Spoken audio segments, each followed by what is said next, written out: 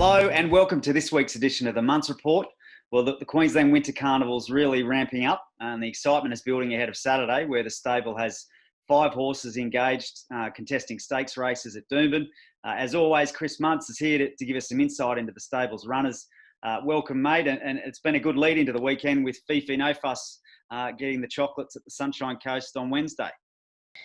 Yeah, g'day Adam. No, it was really good to see Fifi finally break it for a maiden win yesterday at Caloundra. She'd been knocking on the doorstep, but she'd had no luck the last 2 runs. So to finally crack it over a mile was certainly it was great. It was a good thrill to see her win the way she did.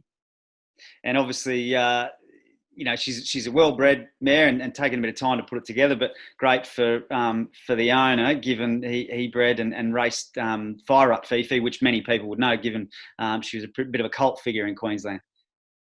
Yeah, well, this girl, I'm not going to say she's in the Fire Up Fifi class just yet, but I mean, it's taken me a little while to sort of get her to settle down and learn to relax in her races and actually learn to hit the line instead of sort of want to go into 100 mile an hour right from the get-go. So, she's starting to learn to race, and I'm sure that even though there's not much to her, I think that she'll get out to 1,800, 2,000 metres at least, and wouldn't be surprised to see her win a couple more over that sort of a distance. Okay, and it was a winning double of sorts, given you also saddled up Gay's runner Navy Cross, who won and is heading towards the rough habit. So no doubt she would have been happy with that.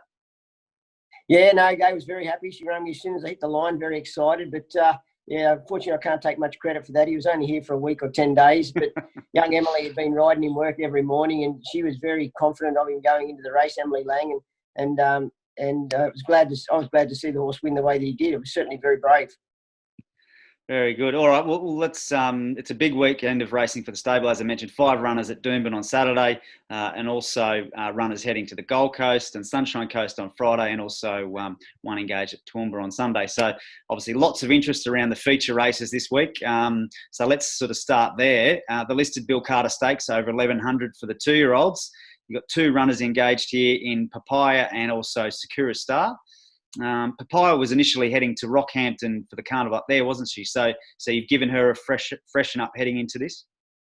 Well, she'd actually originally gone to the paddock for a bit of a break when the Winter Carnival had been abandoned. So, but when they put these races back on, she'd freshened up nicely in the paddock, and the owners were keen to sort of try and have a crack at getting a little bit of black type behind her name if they could. So, as a 2-year-old, so we got her back in, and she's going really, really well. Very happy with this filly. She's quite a strong galloper on a day, and I think having drawn where she did gives Justin a few options as to where he travels in the run. She's not necessarily just a out and out speed filly, so I can just see her getting a good run just behind the main speed horses. Yeah, gate 4 for her, and she also trialled well leading into this, didn't she? Sort of obviously was ridden a bit quietly and then and sort of hit the line. She did, yeah, she did. Look, she won over 1,300 here at Eagle Farm. So, reality is 11:10 might be a bit short for her on Saturday at Doomben, but I think drawn where she is gives her an opportunity to run on and finish a race off quite well. Okay. Sakura Star in the same race, not so much luck with the barriers, gate 12, and also had no luck last start. It was shades of Jezebel, you on Jezebel in the Caulfield Cup. She sort of went for a run along the fence there and no go zone. So I guess you would consider that a complete forgive? Well, it was, Adam. And this poor girl, she's had no luck at all the last couple of starts. She's been bad barriers and caught wide, and the other day at Ipswich, she just never got let off the bridle at all. So that's the reason I decided to back her up quickly. She's been bucking her brand off all week. Would have been lovely to draw a good gate with her, being a maiden. But look, it is what it is. The same sort of scenario. The owners were, they'd hopeful to try and get a little bit of black type, even if she can run a hole there, sort of helps them from a pedigree point of view. So she's in very good order. We know she's got a bit of a job ahead of her, but look, if she gets across and has any sort of luck in running at all, there's no doubt in my opinion, she's going very, very well. And just quickly, just with her from gate 12, what are your thoughts there with Larry Cassidy aboard? What the tactics might be? Obviously, she won't be on the fence like she was last start. No, well, look, I suppose I'm going to have to leave that up to Larry. He's ridden enough winners, and he'll know how to overcome that gate. She's got speed, but whether he wants to use it or not, I'm not too sure. He's going to have to work that out himself. But, all I know is that I've got a very fit filly going to the races, and if she has an ounce of luck, she'll be in the finish. Very good. Next feature race, Al Jude lines up in the listed Pam O'Neill Stakes over 1,600 metres. She's also coming back from a freshen up. Obviously was on an Oaks prep before this revised Winter Carnival came into play. How's she travelling since her last run and also her trial? Yeah, really good. She had a trial last Tuesday, and I thought she rounded her trial off very well over 1,000 metres. She's since then had a good gallop on Tuesday morning on the course proper, and Larry Cassidy, who's riding her on Saturday, couldn't have been happy with the way that she galloped, particularly on the soft. I mean, she does seem to appreciate a bit of give in the ground, but she has one on top of the ground as well. So, look, she's in good form, this filly, and I just can't believe the crazy odds she is at the moment. She's certainly over the odds at that price. Yeah, very good. Hancock's Bloodstock, obviously lots of excited connections there, no doubt. So, and as you say, a good each way chance. Race 8 is the Fred Best Classic over 1,350 metres, and the promising 3-year-old Scathing and Stampy line up here. And obviously a ticket into the Group 1 Stradbroke is on the line for the winner of this race, should they take it. Yeah, well, look, it's a really good race, isn't it? You know, you've got horses from Sydney and whatnot there and down south, but look, I can't be too critical of how both of mine are going. Stampy's had a tremendous preparation. The other day, probably I thought he raced a bit fresh at the Gold Coast and didn't finish his race off for that reason, as well as I would have expected. But Scathing, I thought, ran very well. He missing the start and getting up in behind the speed and finishing fourth the way he did. I thought it was a terrific effort. So he's drawn obviously better than the two tomorrow, and he's going to get the right sort of run. Whereas Stampy, he's probably going to have to roll forward. He's got the Odyssey inside him, and he'll probably take him across, and it should be I think the race overall will be running at a pretty genuine sort of speed. Yeah, true. And also Stampy, I guess, has been up for quite some time. It's been a great preparation, win, lose, or draw on Saturday with what he's been able to do. Yeah, definitely. You know, he's won a couple of races there, and he's picked up quite a bit of prize money, Qdis-wise. So, yeah, you're right. He's had a really good preparation. Yeah, all right. Well, good luck to all the connections there in those big races. Lots of excitement around those.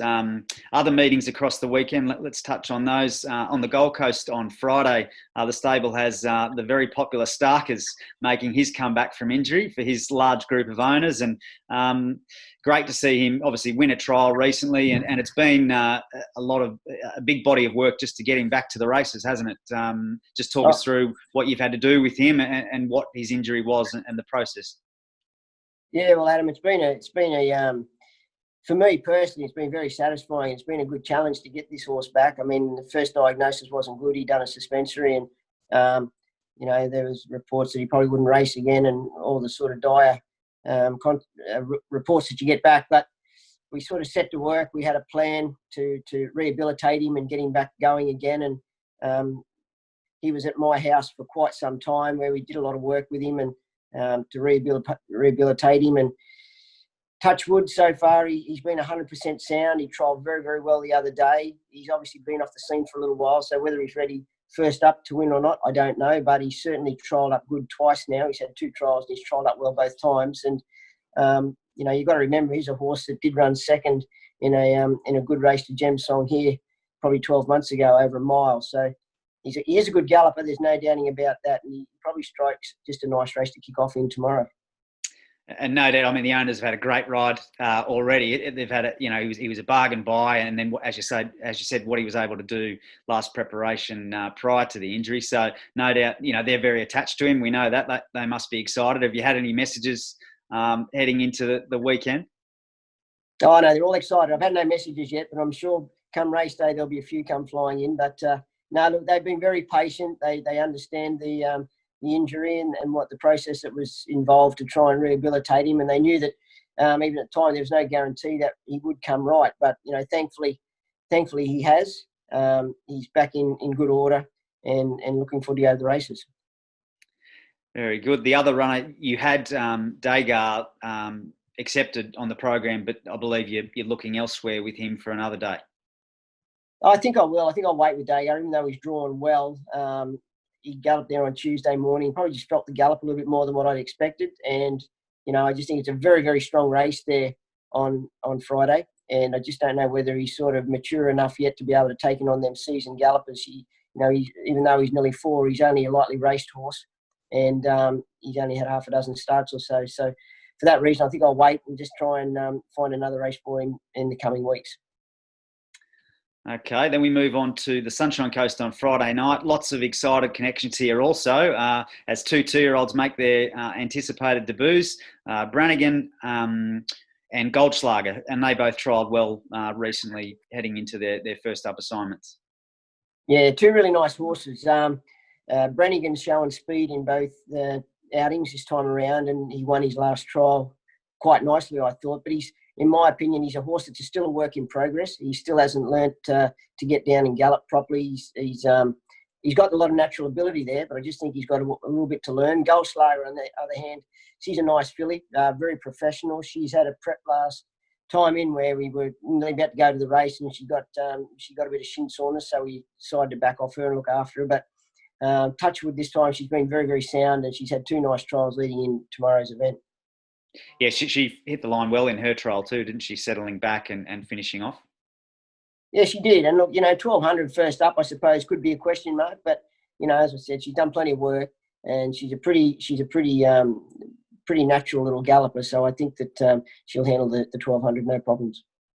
Both well-bred horses, Brannigan by Rich Enough and Goldschlager by Deep Field. So one for the breeding buffs there. The other runner you have the Sunshine Coast is the Golden Bear, who was scratched from Ipswich on Sunday and finds a benchmark 58 over the mile here. Yeah, he drew poorly at Ipswich the other day, and he hasn't drawn much better tomorrow at Caloundra. I just think the mile at Caloundra is a little bit more forgiving. It's a nice big back straight where he can sort of roll forward, and Ryan will be able to put him in whatever sort of position he feels comfortable with. He's going to have blinkers on, and I think that will be enough just to sort of put him in a prominent position. And he's had plenty of work, so it looks a nice sort of race for him. Very good. And then to round out the weekend, Twerk runs at Toowoomba on Sunday. She was a dual acceptor, or you dual accepted with her, but you're leaning towards the cutest 3-year-old benchmark 62. Well, she's drawn better there, Adam, and she drew no good in the Class 1. The 3-year-old's probably a little bit stronger, but just the fact that she's drawn better and gives herself more of an opportunity to get the right sort of run in the race. So she's knocking on the doorstep for a win, and the 1,200 up there I think should suit her nicely. Very good, mate. Well, all the best to yourself and connections over the weekend. Lots of interest in some of these runners. Obviously, you've got a good mix there with the feature race runners, and Starker's making his return. That's obviously, there are going to be lots of eyes on him. And then with the 2-year-olds as well. So exciting weekend coming up. Yeah, good on you, mate. No, I can't wait.